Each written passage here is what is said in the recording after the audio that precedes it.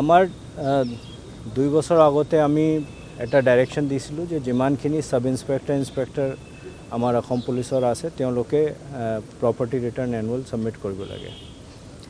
তাৰপিছত আমি তেওঁলোকক টাইম দিছিলোঁ। টাইম দিয়াৰ পিছত প্ৰায় 90-95% মানুহে আমাক প্ৰপাৰ্টি ৰিটাৰ্ণটো দাখিল কৰিছে আৰু 1 জুনৰ পৰা অলৰেডি ইনষ্ট্ৰাকশ্যন ইছ্যু কৰা হৈছে যে যিখিনি inspector sub inspector property return annual property return দাখিল কৰা নাই তেওঁলোকক থানা আৰু আউটপোষ্টৰ চাৰ্জত দিব নালাগে। সো সেইটো আমি কৰি আছোঁ। বাকী যিখিনি IPS আৰু APS অফিচাৰ তেওঁলোকৰ যেটো প্ৰপাৰ্টি ৰিটাৰ্ণ সেইটো গভৰ্নমেণ্ট লেভেলত মেইনটেইন কৰা হয় আৰু আমি তেওঁলোককো ৰিকুৱেষ্ট কৰিছোঁ, এডভাইচ কৰিছোঁ, ডাইৰেক্ট কৰিছোঁ যে তেওঁলোকে এই প্ৰপাৰ্টি ৰিটাৰ্ণ ৰেগুলাৰলি দিয়ে।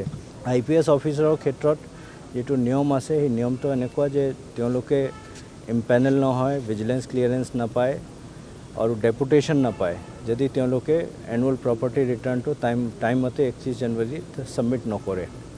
সো ঠিক সেইটো নিয়ম আমি এতিয়া গভৰ্নমেণ্টৰ লগত কথা পাতি আছোঁ যে that should also be for the APS officers.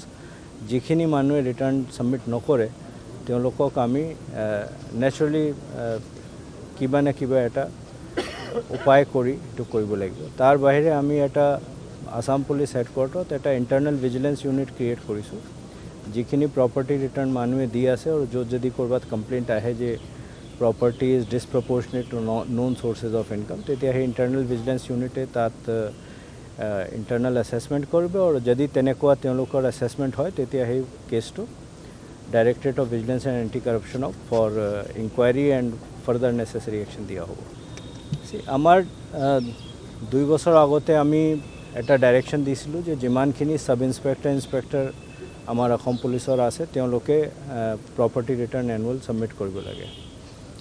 তাৰপিছত আমি তেওঁলোকক টাইম দিছিলোঁ। টাইম দিয়াৰ পিছত প্ৰায় 90-95% মানুহে আমাক প্ৰপাৰ্টি ৰিটাৰ্ণটো দাখিল কৰিছে আৰু 1 জুনৰ পৰা অলৰেডি ইনষ্ট্ৰাকশ্যন ইছ্যু কৰা হৈছে যে যিখিনি inspector sub inspector property return annual property return দাখিল কৰা নাই তেওঁলোকক থানা আৰু আউটপোষ্টৰ চাৰ্জত দিব নালাগে।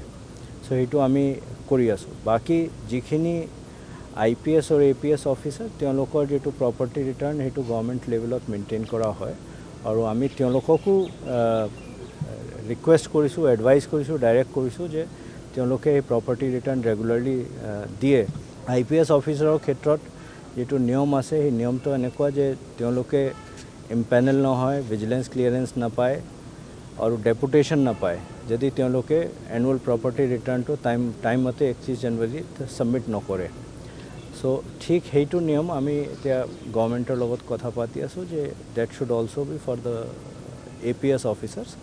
যিখিনি মানুহে ৰিটাৰ্ণ সাবমিট নকৰে তেওঁলোকক আমি নেচাৰেলি কিবা না কিবা এটা উপায় কৰি এইটো কৰিব লাগিব। তাৰ বাহিৰে আমি এটা আসাম পুলিচ হেডকোৱাৰ্টাৰত এটা ইণ্টাৰনেল ভিজিলেন্স ইউনিট ক্ৰিয়েট কৰিছোঁ।